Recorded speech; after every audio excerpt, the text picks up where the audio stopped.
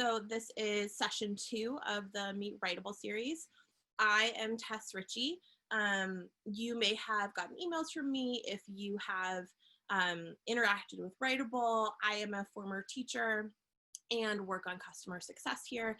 And then we've got Becky Mack, who is our wonderful customer success manager here as well, and Kara Gann. So if you do have any questions while we are going through this presentation, please feel free to share them in chat or in the Q&A, and they will be able to answer them for you.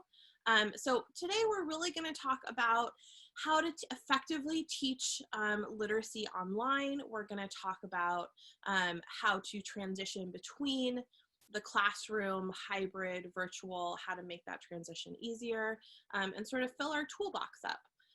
So you can find all of the resources that we're going to share today at this link, which Kara or Becky will share in the chat. You can also sign up for future professional learning events at writable.com/academy, as well as watch our past webinars, find more resources, and really it's a great place to learn how to get started with Writable. And then you can also meet with us if you'd like to, so you can check out our calendar, you can email us. We're really always available to chat about whatever you want to chat about, whether it's curriculum or instruction or integration. So this is our agenda for today. I first want to talk about the most important part of any of the kinds of teaching that are happening this year, and that's how we support educators, how we help ourselves if we're the teachers, if we're school leaders or coaches, how we're going to be supporting our teachers, how we support students and parents. And then I think the first and most important part about teaching literacy online or at a distance in the classroom is creating a really flexible curriculum. So we're going to talk about that. Then we're going to talk about customizing learning in less time. Differentiation is so important, but time is really of the essence and scarce these days. And then we're going to build our toolkit for synchronous and asynchronous learning. So we're going to see what's most important to have while we're teaching live or recorded or a hybrid between the two. And if you hear a dog in the background, my apologies. So I think some really important places to start is truths and tips. And I want to tell everybody who's here that you're doing the best that you can right now, and it's amazing, and we recognize you, and this is really tough. And you probably can't take on the same amount you were before or teach to the same level you might have been before, and that's okay. I think you shouldn't expect that of yourself. And big successes come from a series of small steps. So it's really important to focus on small, manageable steps. And that's how we reach bigger goals. And focusing on small tasks is a gift to yourself, to students, and to parents, because it's really overwhelming for everybody right now. And then to reach out if you need support, whether it's about your curriculum or your instruction, or you're overwhelmed, or you have a question that even you think is silly, or you just want to chat, we've got your back, whether it's a colleague or a tech company. We are mostly former teachers, and we are humans too, just trying to help you. So I want everybody to remember this as well. The technology that you choose in your classroom is going to be your partner in the classroom. And if you don't feel like you're supported by the tool and the team behind the tool, then your technology isn't doing their job. I think this is the most important way that you're going to evaluate technology that you use. And when choosing the right tools, it's not just the tool, but it's the team and the learning that you get from that company. So how do we know that technology is supporting you? And these are some of the questions I always tell teachers to ask themselves. Does the tool provide live, on-demand curriculum, instructional, and technology support to you? Does it facilitate targeted hands-on professional learning? Is there a customer success team that feels like your own team? And is it accessible? Is it easy to use? Are the resources available? Is it clear? And do you feel like you know, if you have any issues, they're there for you?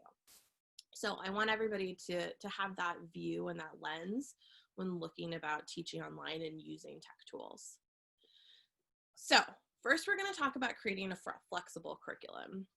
You are either in one of two scenarios. You either own or have access to a pre-built curriculum that you're using, or you don't own or have access to a pre-built curriculum. It doesn't matter which one you are in, but they're both really important to support. So let's talk about if you own or have access to a pre-built curriculum. It's really important that you're going to choose tools that support your curriculum. So I would ask yourself, is your curriculum pre-built into the tool? If not, can you easily upload PDFs or readings or rubrics or assignments? Are the tools there to help you customize and differentiate your curriculum? Because curriculums are not one size fits all. Every student is different. So does it help you edit your curriculum? Can you add videos, instructions to your curriculum? Can you change your curriculum to current events that are happening? Can you level assignments? Can you add scaffolding? That sort of a thing. And then finally, does the tool that you're choosing help you fill curriculum and gaps? So I think everybody is like, oh, you know, is there actually a curriculum gap that's happening? Well, most curriculums are going to lack practice for state and SAT, ACT assessments, for the AP test, that have those really up-to-date rubrics that change pretty often. They might not support English learners assessments or current events or career writing. So is the tool you're using not just a tool, but also content that fills in those gaps when you're teaching literacy online? So for scenario 2, if you don't have access to a pre-built curriculum, I might ask myself some of these questions. Is the tool giving me access to a really large bank of customizable and pre-written assignments that are built by trusted curriculum developers, not just sourced from other teachers without any sort of review? Is it a tool that guides me in how to quickly and easily make my own assignments and assessments or rubrics? Is there the ability to share assignments, assessments, and rubrics within your school or district so that you can really divide up the work? And is there the ability to reach out to experts that can help you if you are wanting to create or need to create your own curriculum? So I am going to go into the app and actually show you a little bit of what Writable looks like when we're talking about those two scenarios. So I'm an explorer right now. You can see I have all of these different collections that I can browse. There's over 600 assignments in here. And I have two tabs, Writable's collections, and then my district. And my district, if it was populated, is where it would show shared assignments and assessments that had been published within my district or my school that I could have easy access to as a teacher. And over here, you can see we have assignments in here. So if we look at Time for Kids, which is a really great new elementary collection, you can see that, you know, here is our grade 3 nonfiction response to reading. We also have these by Lexile level. You'll also notice that there's Cricket assignments by Lexile level from grade 3 to 8. I could open skills activities and look at how to support high schoolers in perhaps writing a really great argument essay. You can use these as curriculum blocks when we look at the assignment. Or I could look at pre-differentiated assignments. So perhaps I didn't want to differentiate my own assignment, but I wanted to use something right out of the box. I could look in here and grab a pre-differentiated assignment. So I'm going to choose a prompt in here so you can see what it looks like. You can see we have a reading here. We do have the Spanish versions of the readings side by side for some of our assignments. You can change the Lexile level. Since we are previewing a differentiated assignment, it is at different levels. We've got a graphic organizer. Again, this is editable. You can see that we've got some sentence starters in this graphic organizer that are available to some students. We've got the area in which we're going to write. This can be an embedded Google Doc. Again, we've got some sentence starters in here. We've got our side-by-side rubric, which shows us and shows the students, not only the teacher, exactly what's being asked. And so when you select it, it'll actually give you a sentence starter to give authentic feedback with. And so, you can just copy this to your assignments and it's right in there. So that's a really great way to very easily add assignments to your curriculum or build a curriculum.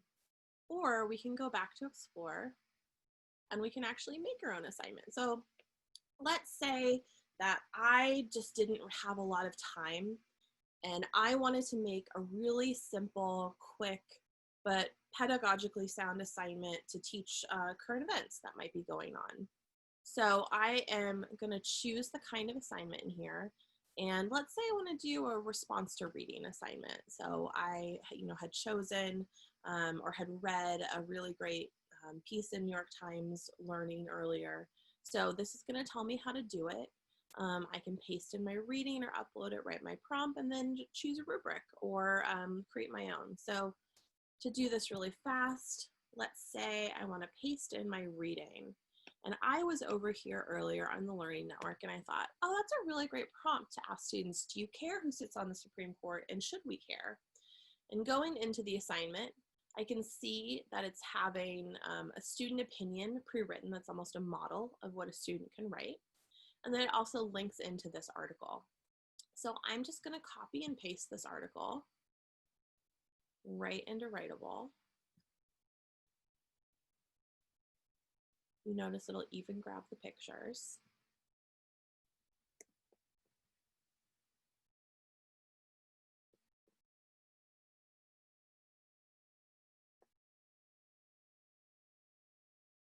And here is our article right in Writable. It was that easy. You can also link in articles if you want to. Delete some of this. So I'll add a title to my reading.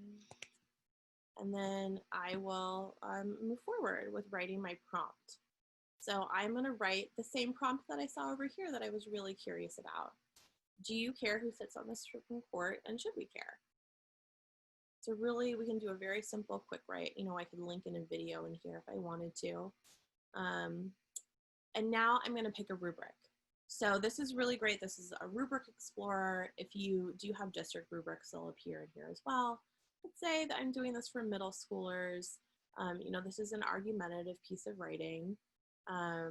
Let's do a short response. And you can see we've got all of these different rubrics in here that we can preview.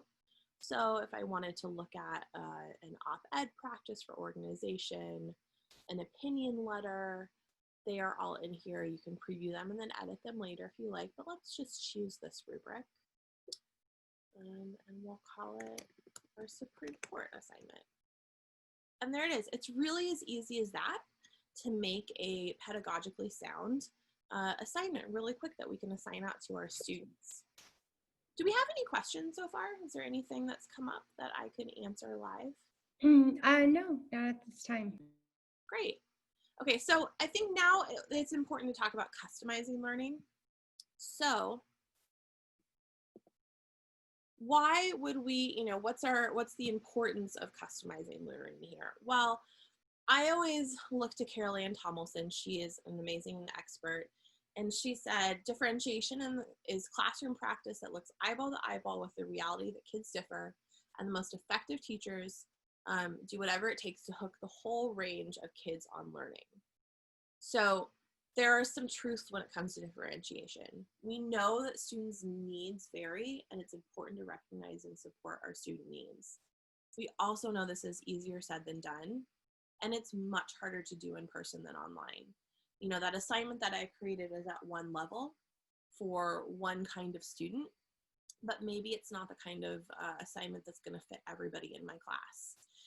In customizing learning and differentiating both instruction and curriculum is traditionally pretty time consuming if you spend a long time on it and really go in depth. And finally, another truth that I think is important is assessment is key to successful differentiation. Traditional assessment is pretty hard to do online, but we need to assess our kids so that we can vary how we differentiate and change our learning goals and methods. So we can customize and differentiate learning even if time is limited, even if you're not teaching in person, even during a pandemic. If we only have a minimal amount of time, we can use one of those already differentiated assignments. We can choose an assignment that has different levels of reading, a varying difficulty in prompt, and layers of scaffolding. You can grab and go. Or you can customize or create an assignment to the whole class needs, like I just did. I very quickly created an assignment that was, maybe it was about a conversation that I was having with my class. So you can create your own prompt, your own readings, your own rubric, upload a video, add a graphic organizer, sentence stems. The options are pretty endless in terms of what you can do depending on the amount of time you have. If I have a moderate amount of time, I could add scaffolding or resources or supports for only some students. So let's say I had 2 groups of students. Maybe I had English learners that needed some sentence stems in the assignment. I could pretty quickly do that in Writable, and then perhaps either have 2 groups that I'm assigning to if I wanted different peer review groups, or have 1 group and everybody's in the same group, but edit the assignment a little bit. And if I had a lot of time, I could create fully differentiated assignments by leveling readings, leveling prompt complexity, and adding scaffolds. I could make 6 levels of assignments and really assess and divide my students up by where I thought they were and what they really needed to reach those learning goals. So how do we assess online, I think, is an important question. By using Writable's built-in assessment and reporting feature, this creates the data that you need to incorporate into instruction to complete that differentiation cycle. And I pulled together a GIF so you can really see what reports look like so that you can measure progress over time. You can also go and see how a student is performing as they're writing. The secret sauce to this is that every rubric is tied by category, skill, and standard. So as you're reviewing students, as students are reviewing each other, if they use Revision Aid, which is our AI-powered feedback, it's gathering data on their performance without ever having to formally assess them. So this is really helpful even if you're not teaching online and you want to perhaps reduce test anxiety, but also get a really good picture of where your students are at. If you want to prepare for state assessments and fold that practice back into your daily writing instruction, this is a really great way to do it. So what I want to go do now in Writable is actually want to assign this assignment. So I want to show what it's like to edit it and then, hand it off to my students. So I'm going to go into the editing feature and I can go right in here and I could, go into prompt differentiation and I could level it. I can, you're going to go through duplication and choosing your levels. I'm going to say, I want to pick a graphic organizer. I think let's do a really basic graphic organizer here and attach it to our assignment. And then I would like to add some video and audio instruction in here. I think that's really important to remind and reinforce and engage students if we're especially teaching them asynchronously. So I can just click record. And I can say, I'm letting you know that we're going to talk about the Supreme Court today. I would love to hear your opinions and let me know if you want to submit this in writing or if you want to send a video back. Either of them are fine. I'm going to save that recording. And I let the students know that they could, go through the graphic organizer like I had and then, record a video themselves. Or they could write. This is a really great feature to customize learning as well because some students are more comfortable or more supported by submitting multimedia assignments. So now I'm going to go back to my assignment.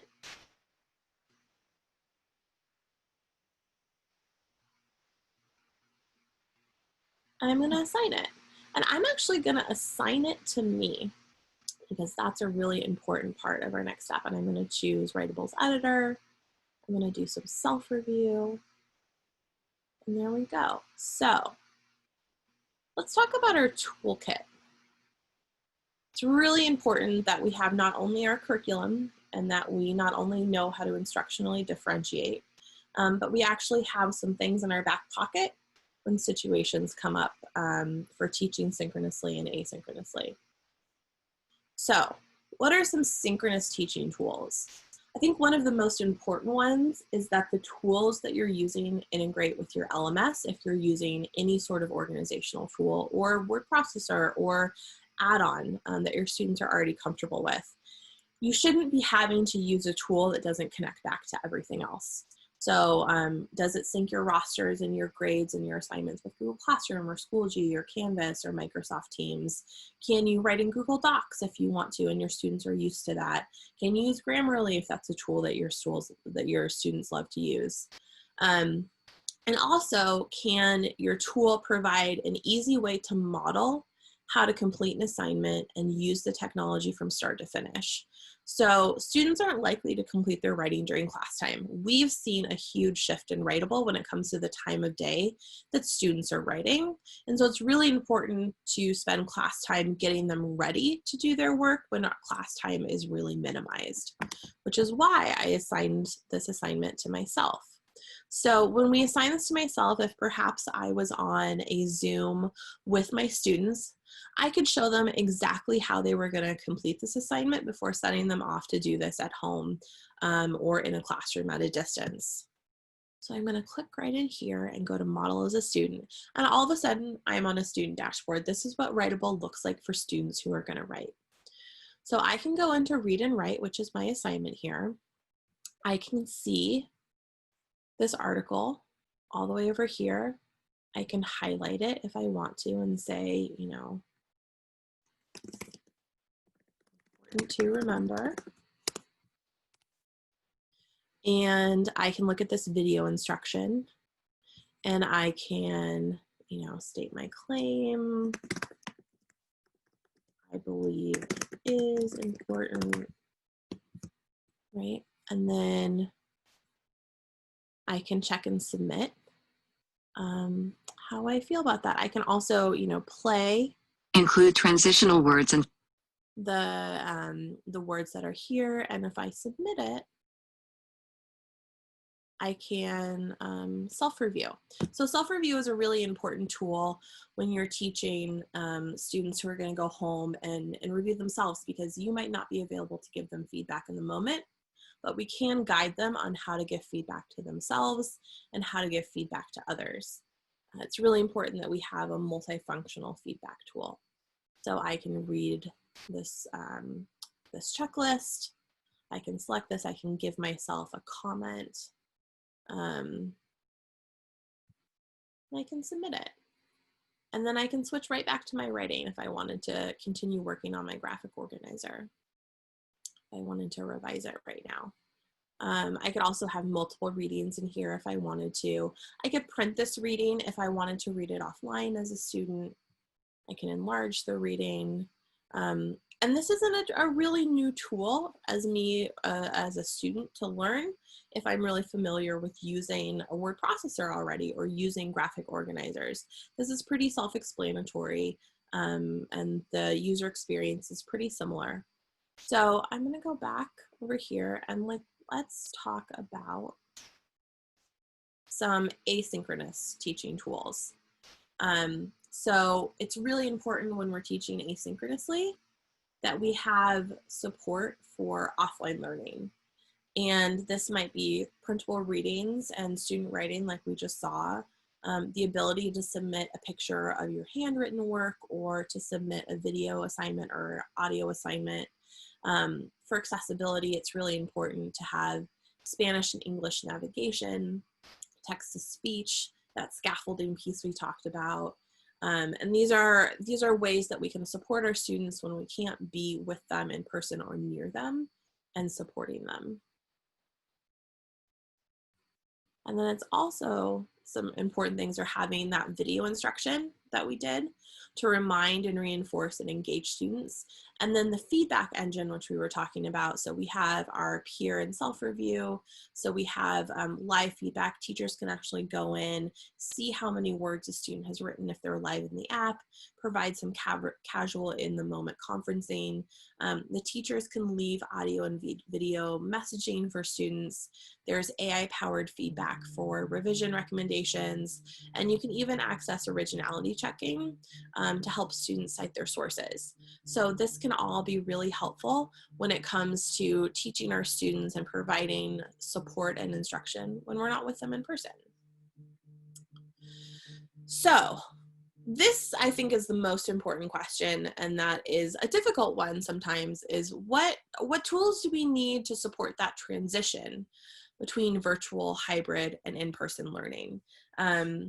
Sometimes we're not teaching live, sometimes we're not teaching in person, and sometimes we're also having to handle a very difficult transition between the two or prepare for what might be a difficult transition.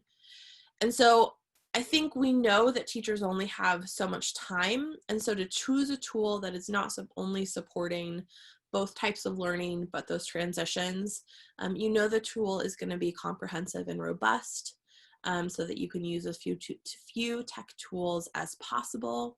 It's going to be integrative with the technology you use. It's going to be able to provide both curriculum and instructional features. And it supports both the synchronous and asynchronous learning, because when you fit those criteria, you know you're choosing tools that are worth everybody's time and that they're going to help unify instruction across different learning environments by providing consistency and making those transitions easier on everyone. So I'm going to take any questions if anybody has any at this point in time. Also going to go up here. Does anybody have any questions? So Tess, we had a couple come into chat. I went ahead and answered them. One was about using the graphic organizers, adding your own, or being able to edit them. Yeah. And then the other one was about teaching synchronously, and that would be, you showed that too. So I think you've done a great job.